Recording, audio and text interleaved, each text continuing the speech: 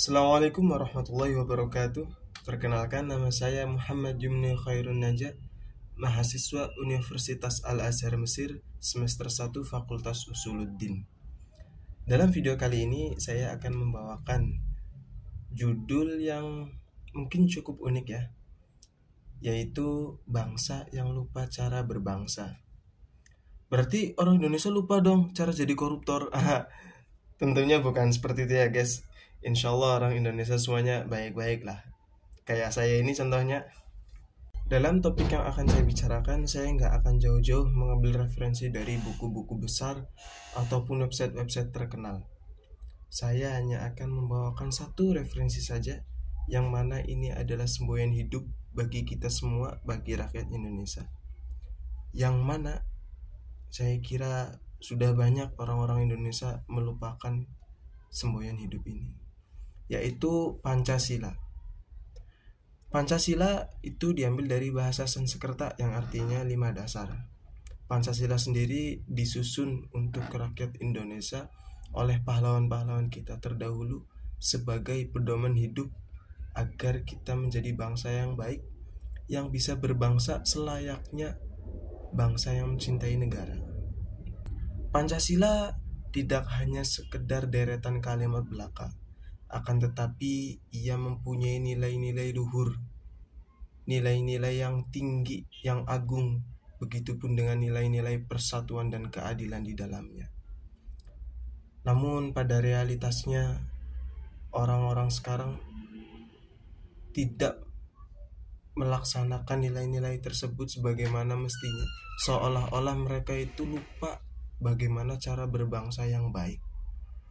Teman-teman semuanya, mari kita refleksi kembali diri kita, apakah sudah menjadi bangsa yang baik, yang tahu cara berbangsa atau tidak. Mari kita langsung menuju poin-poin dalam Pancasila ini. Sila pertama, ketuhanan yang Maha Esa. Dalam sila ini menegaskan kepada kita semua untuk menjunjung tinggi nilai-nilai agama dan spiritualitas untuk individual dan untuk kelompok-kelompok. Namun pada realitasnya, alih-alih menjunjung tinggi, tapi itu dijadikan sebagai alat keegoisan sendiri. Sebagai contoh yang beredar di luaran sana, banyak aktivis-aktivis agama bukannya menunjukkan jalan yang benar, malah menyesatkan kepada jalan yang salah. Saya belak-belakan aja lah berbicara orang yang kayak gitu tuh. Contohnya Mama Gufron ya. Saya masih nggak habis pikir nih. Dia itu tahu nggak sih bahwasanya apa yang dia sampaikan itu menyesatkan. Secara logika, bahasa semut itu kalau kita lihat lewat naskah-naskah agama mungkin ada. Dulu Nabi Sulaiman pernah berbicara pada semut. Tapi itu adalah mukjizat. Mukjizat. Tahu sendiri kan arti mukjizat itu apa?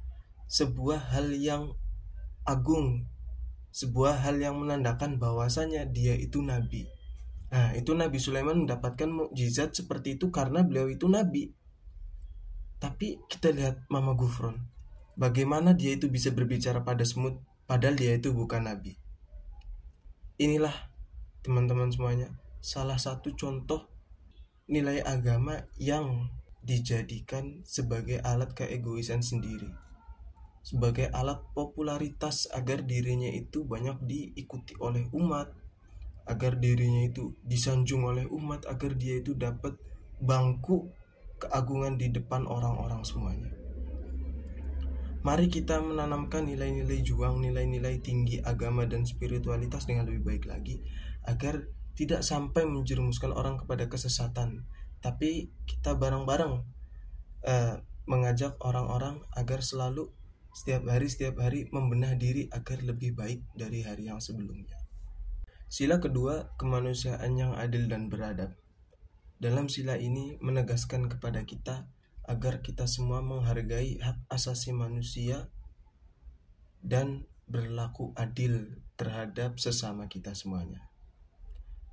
Namun sekali lagi dalam realitasnya banyak di luaran sana yang terbutakan oleh keserakahan sendiri, yang terbutakan oleh ketamakan sendiri, sehingga mereka bukannya berlaku adil tapi ingin menjatuhkan orang-orang agar dirinya sendiri itu mendapatkan kesejahteraan yang lebih banyak. Seolah-olah hal ini itu peradaban untuk rakyat itu terkikis. Koruptor merajalela, padahal koruptor itu tidak dibenarkan.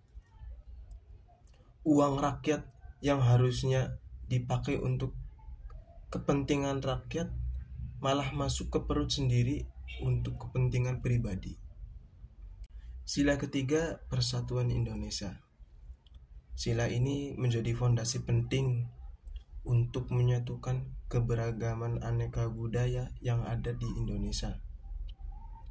Sila ini juga dibantu oleh semboyan kita, yaitu Bhinneka Tunggal Ika, berbeda-beda tetapi masih satu jua, masih satu tujuan. Teman-teman semuanya, harusnya perbedaan agama, ras, budaya, antar golongan, suku yang ada di Indonesia itu tidak dijadikan alat untuk menciptakan konflik antar golongan, antar suku, dan antar budaya. Justru perbedaan ini adalah kekayaan Indonesia kita. Jika teman-teman semuanya membenarkan perbedaan ini itu sebagai alat untuk menciptakan konflik, maka pertanyaan saya, kenapa? Apakah perbedaan itu mengusik aktivitas kita? Apakah perbedaan itu mengusik kepentingan dasar kita, kepentingan primer kita? Tentunya enggak. Sekali lagi, selagi perbedaan tersebut tidak bertentangan dengan nilai-nilai sosial, kenapa enggak? Justru itu menjadi nilai plus untuk negara kita. Sila keempat, kerakyatan yang dipimpin oleh hikmat kebijaksanaan dalam permusyawaratan perwakilan. Dalam sila ini menegaskan kepada kita pentingnya musyawarah dan pengambilan keputusan secara demokrasi, secara bersama-sama, tidak secara sepihak. Tapi pada hakikatnya yang terjadi di kalangan kita semuanya, orang-orang masih pada mementingkan keinginan pribadi, tidak menginginkan pendapat dari orang lain. Padahal bisa jadi pendapat dari orang lain itu lebih baik dari kita. Atau bisa jadi kalau memang pendapat orang lain itu tidak lebih baik, kita bisa mengkolaborasikannya dengan pendapat kita agar mendapatkan hasil yang memuaskan. Tapi tadi sayang seribu sayang, orang-orang di sana itu pada lupa akan nilai penting permusyawaratan dan hikmat kebijaksanaan ini, sehingga tidak memperdulikan musyawarah. Atau dalam praktek yang lainnya itu harusnya Dewan Perwakilan Rakyat ya menjadi sebaik-baik perwakilan rakyat, tetapi malah dia itu bukan perwakilan rakyat, tapi perwakilan egoismenya dia sendiri. Maka dari itu teman-teman, mari kita junjung tinggi lagi nilai musyawarah agar kita bisa mendapatkan hasil yang memuaskan. Mari kita junjung tinggi lagi nilai hikmat kebijaksanaan agar kita itu nggak terbutakan oleh keegoisan kita sendiri. Sila kelima, keadilan sosial bagi seluruh rakyat Indonesia. Hal ini menegaskan agar kesejahteraan dan keadilan itu merata di seluruh rakyat Indonesia. Tapi pada realitasnya kembali itu berbanding berbeda, terkhusus karena permasalahan sosial dan ekonomi. Di satu sisi ada golongan yang ekonominya tinggi, yang hidupnya itu bergelimang harta, bermewah-mewahan. Tetapi di sisi lain masih banyak orang miskin di pelosok-pelosok desa. Bahkan ya, saking tidak adilnya itu bukan dari segi ekonomi saja, yang dikikis. Tapi dari segi sosialnya, bahkan dari segi pendidikannya, masih banyak orang-orang desa yang mungkin bahasa kasarnya itu kolot ya, masih tidak mengetahui pendidikan yang baik itu seperti apa. Bangsa yang lupa cara berbangsa adalah orang-orang yang melupakan nilai-nilai ini. Adalah orang-orang yang hanya menganggap Pancasila sebagai slogan dan hilang maknanya. Oleh karena itu, mari kita semua sama-sama kembali lagi ke Pancasila, yang mana itu adalah pedoman hidup untuk kita semua. Dalam upayanya, pendidikan karakter itu menjadi hal yang penting, terkhusus di semua jenjang pendidikan, agar orang-orang tidak melupakan nilai Pancasila, agar orang-orang